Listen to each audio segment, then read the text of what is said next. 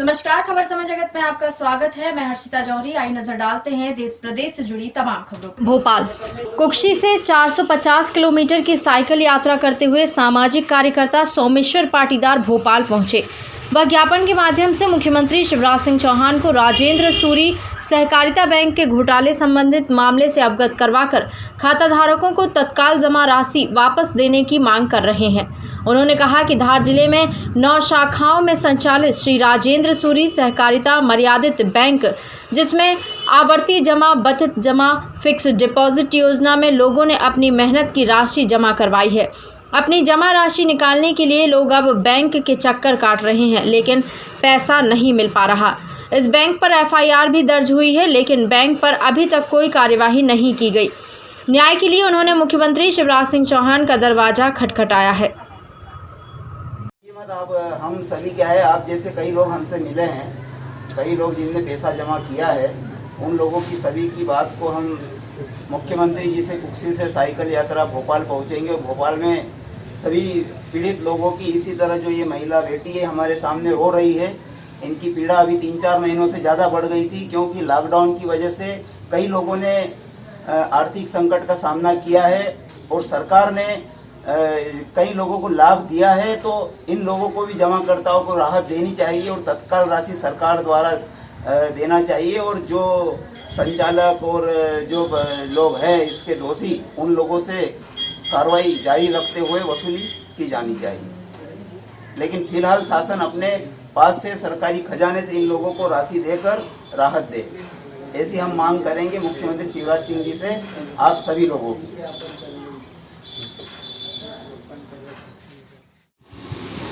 धार जिले के राजगढ़ में श्री राजेंद्र सूरी साख सहकारी संस्था बैंक की समस्त शाखाएं जो बंद हो चुकी है, उसमें हजारों लोगों का करोड़ों रुपया फंसा हुआ है। उससे प्रभावित लोगों ने मुझे आकर अपनी समस्या बताई। उनकी समस्याओं को समझकर हम सभी लोगों ने FIR भी दर्ज करवाई थी, लेकिन पिछले लॉकडाउन और महामारी की वजह से लोगों की आर्थिक समस्याएं ज़्यादा बढ़ी, आर्थिक संकट का सामना करना पड़ा। उन्होंने अपने सुरक्षित भविष्य के लिए, बच्चों की शिक्षा के लिए और अपने व्यापार व्यवसाय के लिए पैसा जमा किया था, लेकिन उस बैंक की सभी शाखाएं बंद होने के बाद काफ़ी परेशानियों का सामना करना पड़ा और महामारी की वजह से भी ज़्यादा समस्या आई।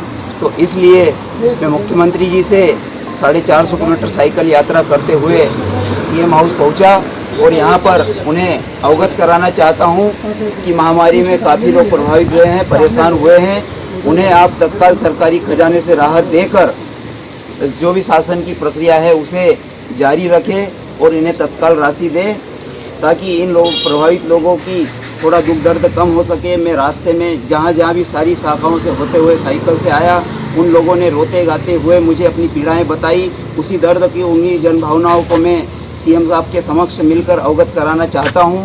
CM साहब से मिलने के लिए मैं CM हाउस कल भी आया था और कल यहां पर मिलने का प्रयास किया है। उनकी जो प्रक्रिया है, आवेदन है, वो दिया हुए हैं और अब भी प्रयासरत हूँ कि CM साहब मिले और मैं उनसे बात करके इन सब लोगों की पीड़ाएँ बताऊँ।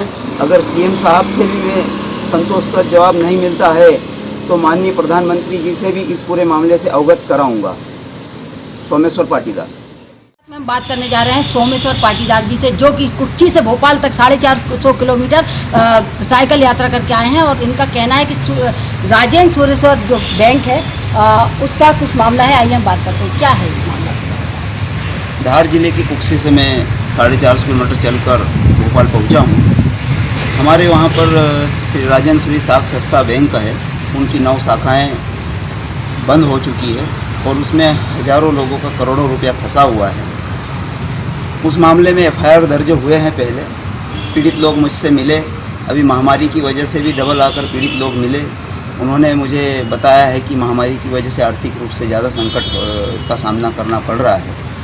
तो मैंने सोचा कि माननीय मुख्यमंत्री जी का ध्यान आकर्षण कर साइकिल यात्रा करते हो उनसे मिलूँ CM हाउस जाकर और उन्हें बताऊं कि इन लोगों की पीड़ा बहुत अधिक बढ़ चुकी है।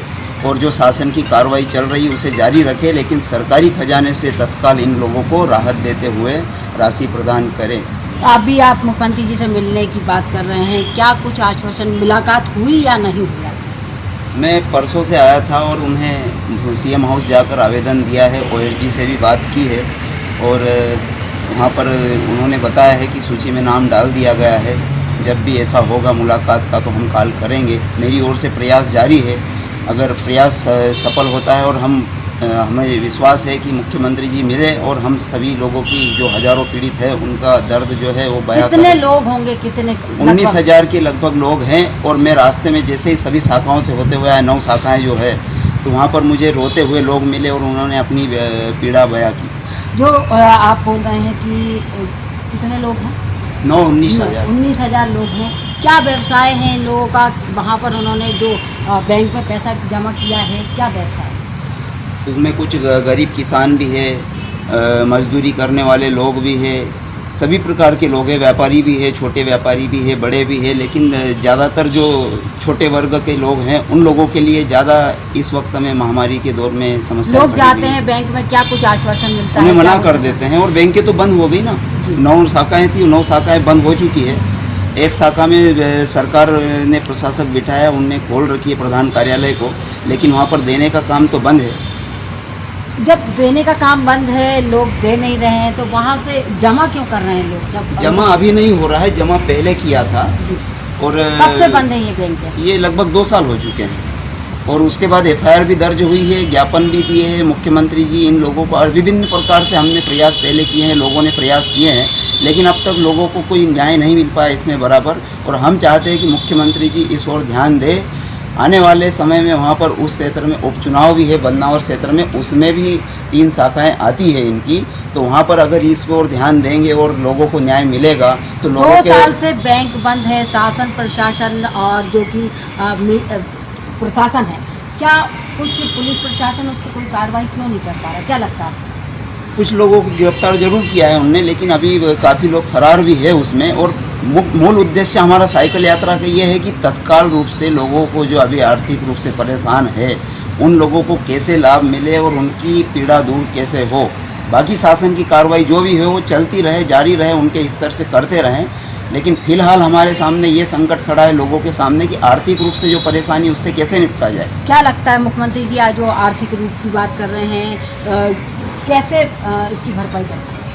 मुख्यमंत्री जी या तो प्रॉपर्टी वगैरह या नीलाम करें उनकी, और जल्दी कार्रवाई करके उस ओर से दिलाए, या फिर स्वयं अपने पास से कुछ मदद करें।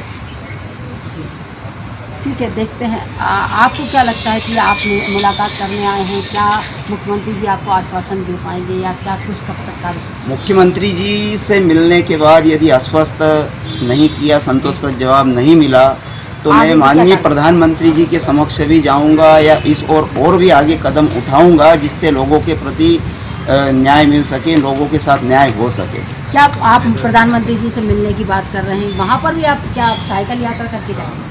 वो हमने अभी तो कुक्सी से भोपाल तक की साइकिल यात्रा का था, अब आगे देखते हैं, मुख्यमंत्री जी से मिलेंगे उसके बाद ही कुछ तय कर पाएंगे कि किस प्रकार से हमें अगला कदम उठाना है इस मामले में।